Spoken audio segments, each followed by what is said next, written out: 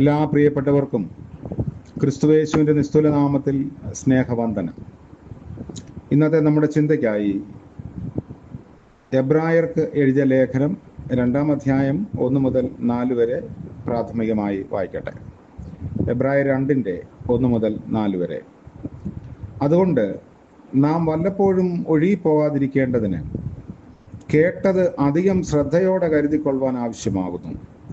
ദൂതന്മാർ മുഖാന്തരം അരുളി ചെയ്ത വചനം സ്ഥിരമായിരിക്കുകയും ഓരോരോ ലംഘനത്തിനും അനുസരണക്കേടിനും ന്യായമായ പ്രതിഫലം ലഭിക്കുകയും ചെയ്തുവെങ്കിൽ കർത്താവ് താൻ പറഞ്ഞു തുടങ്ങിയതും ദൈവം അടയാളങ്ങളാലും അത്ഭുതങ്ങളാലും വിവിധ വീര്യപ്രവൃത്തികളാലും തൻ്റെ ഇഷ്ടപ്രകാരം പരിശുദ്ധാത്മാവിനെ നൽകിക്കൊണ്ടും സാക്ഷി നിന്നതും കേട്ടവർ നമുക്ക് ഉറപ്പിച്ച് തന്നതുമായ ഇത്ര വലിയ രക്ഷ നാം ഗണ്യമാക്കാതെ പോയാൽ എങ്ങനെ തെറ്റി ഒഴിയും? കർത്താവിൻ്റെ പരിശുദ്ധ നാമം വാഴ്ത്തപ്പെടുമാറാകട്ടെ. നോമ്പിൻ്റെ മറ്റൊരു ധ്യാനത്തിലേക്ക് ഏവർക്കും സ്വാഗതം.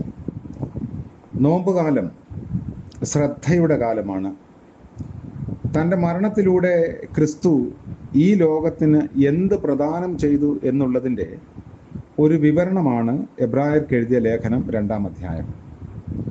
ഒന്നാമത്, മനുഷ്യൻ്റെ പ്രവൃത്തികളല്ല, ക്രൂശിൽ ക്രിസ്തു മരിച്ചത് കൊണ്ടാണ് മാനവകുലത്തിന് രക്ഷ ലഭ്യമായതെന്ന് എബ്രായ ലേഖനകർത്താവ് ഊന്നി പറയുന്നു. ദൈവം തൻ്റെ പീഡാനുഭവത്തിലൂടെയാണ് രക്ഷ നൽകിയത് എന്നത് നാം മറന്നു പോകരുതെന്നാണ് തുടക്കത്തിൽ പറയുന്നത്. രണ്ടാമത്, ക്രിസ്തു ജീവിതത്തിൽ ശ്രദ്ധിക്കേണ്ടുന്ന വസ്തുത ഈ രക്ഷാകര പദ്ധതിയിലേക്ക്, പീഡാനുഭവങ്ങളിലേക്ക് ക്രിസ്തു സ്വയം തയ്യാറായി എന്നുള്ളതാണ്.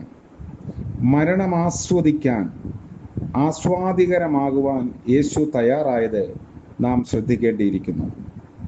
സ്വയം തയ്യാറായി ബോധ്യത്തോടെ ഇടപെടുന്ന രംഗങ്ങളിലാണ് ഏത് വ്യക്തിയും വിജയം വരിക്കുക. നമ്മുടെ ജീവിതങ്ങളിലെ കഠിന വശങ്ങൾ നമ്മൾ ആസ്വാദ്യകരമായി അംഗീകരിക്കുവാനും ആസ്വദിക്കുവാനും ഉള്ള വെല്ലുവിളിയാണ് നോമ്പുകാലം.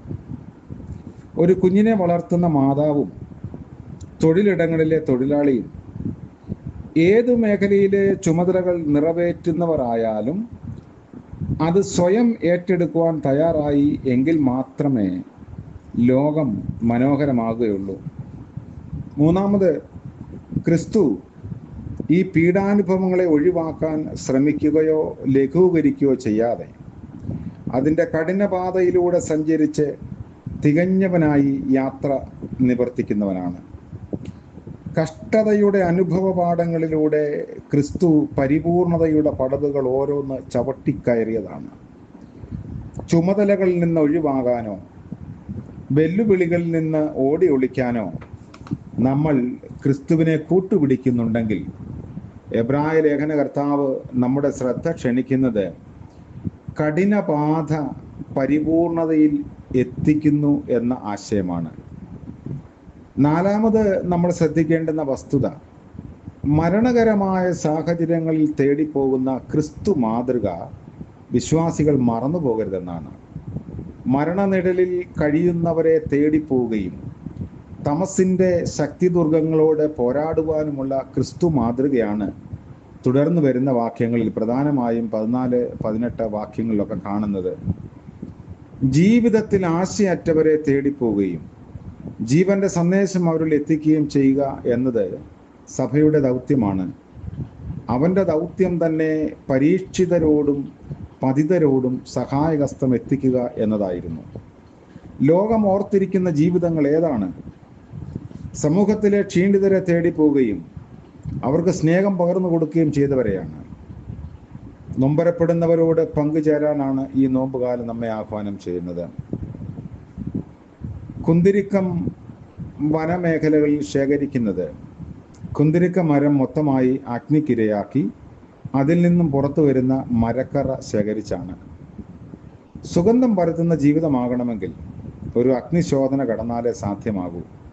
ദൈവമേ, ഞാൻ എൻ്റെ പ്രതിസന്ധികളെ ഒഴിവാക്കാൻ ശ്രമിക്കുന്നതിലൂടെ നിന്റെ ഹിതത്തിൽ നിന്നുമാണോ അകന്നു പോകുന്നത് എന്ന് എബ്രായ ലേഖനം 2-ാം അധ്യായം വായിക്കുമ്പോൾ നമുക്ക് തന്നെ ഒരു ആത്മപരിശോധന നടത്തേണ്ടി വരും.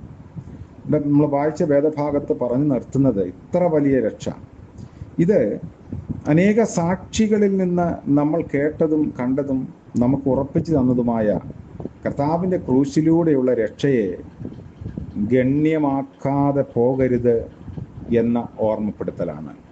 അതുകൊണ്ട് നമ്മൾ ശ്രദ്ധിക്കേണ്ട കാര്യങ്ങൾ, നോമ്പ് കാലത്ത് നമ്മുടെ രക്ഷയ്ക്ക് വേണ്ടി കർത്താവ് കഠിന ശോധനകളിൽ കൂടി കടന്നു പോവുകയും അതിനെ ഓർത്ത് ധ്യാനിക്കുകയും അതുപോലെ ജീവിതത്തെ ക്രമീകരിക്കാനും അതിനോട് അനുരഞ്ജനപ്പെടാനും സാധിക്കുക എന്നതാണ് നമ്മുടെ ധ്യാനം. അങ്ങനെ ഓരോ ദിവസവും നമ്മളെ രൂപപ്പെടുത്തി എടുക്കുന്നതിന് ഉതകുന്നു. നമ്മെ തന്നെ ദൈവകരങ്ങളിൽ സമർപ്പിക്കാം, പ്രാർത്ഥിക്കാം.